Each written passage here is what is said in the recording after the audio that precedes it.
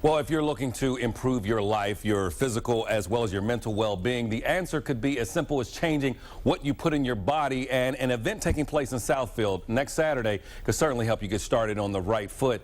It's called Hollistic Palooza, and it's taking place at a massage parlor in Southfield. And joining us to talk about it this morning and to teach you how to make a very delicious and super nutritious pudding is Amber Popor. She is with the Cacao Tree Cafe in Royal Oak. Amber, welcome and thank you for joining us. Thanks for having me. So tell me about this pudding that's super healthy. What makes it so healthy? Well, we try to use low glycemic sweeteners, so I've actually brought agave nectar with us today. We also try to use products like a cashew in place of a cream, a heavy whipping cream, which is going to add a lot of thickness to a pudding. We also use a fruit base as opposed to more of like a chocolate and going into like a chocolate pudding. This is going to be a nice, almost kind of like a, I won't say an ice cream, but it's going to be, you know, almost nice creamy texture. Yeah. So how do we get started? What's in this? We're going to get started, and I decided to use frozen mango because I just like to keep it easy, and I like to eat healthy, but I also don't have a lot of time. So I have here some nice chunked up frozen organic mango. Okay. And mango is a very sweet, naturally sweet tropical fruit. So you need a very little amount of sweetener. Now I brought less than a quarter cup here of the agave nectar. Okay. And what we use is a clear agave, and it is absolutely 100% organic. And I also have here some Thai coconut, which we do hand chop open at the cafe. And in here we do have, there's going to be some coconut water coming out. And then we also have the coconut meat. And the coconut meat is, it's creamy, it's delicious, it's really filling. It has a lot of wonderful properties to it. So it's just a great substitute to, you know, keep it thick and delicious and lend that coconut flavor. I should have done this first. Okay. Is drain my cashews.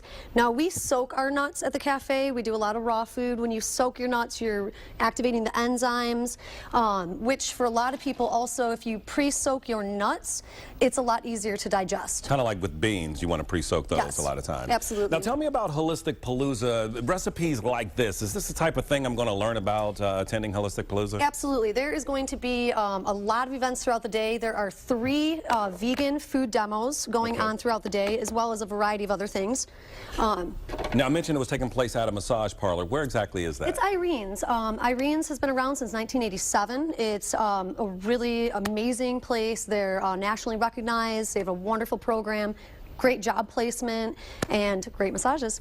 All right, so we're talking about massages, healthy eating, I would imagine living healthy in general, things like yoga. Absolutely. Yoga, Pilates. There's, like I said, there's going to be complimentary massage all day, which who doesn't need a massage? Who doesn't need to help relax? Exactly. And, you know, just really getting the experience of not just food, but the lifestyle. How to incorporate these small things into your life that can really make a difference when you start applying them on a daily basis. So it's a great opportunity for people to come out. It's free.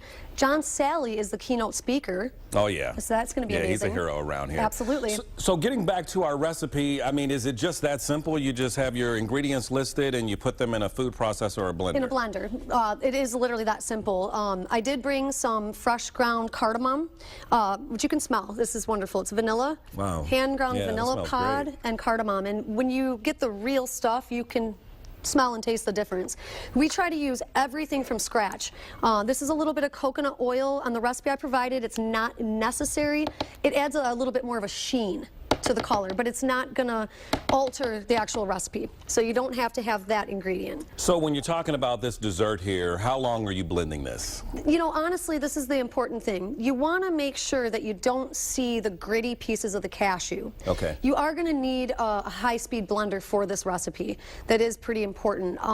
Because of the cashew, otherwise it will be a texture issue. Okay. Which might not be appealing to some people. So you hit the blender and then you're we would cooking literally the gas. just put this on here. Now this is a tamper, and the tamper is really going to assist. You can see, without me even turning it on, you can see how while it would be going, you want to keep moving everything around. Okay. And that's really important to make sure that you get all the pieces off the sides and really incorporate a good, consistent blend. And obviously for the purpose of instruction, we've already prepared some of this delicious pudding.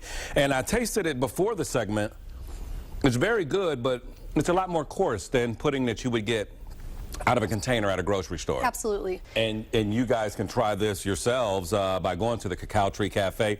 Otherwise, going to Hollistic Palooza, and that is next Saturday. We have more information on this recipe on our website, WXYZ.com. Just click on the Scene on 7 section. Amber, thank you so much for joining us. Thank you for having me. This is good.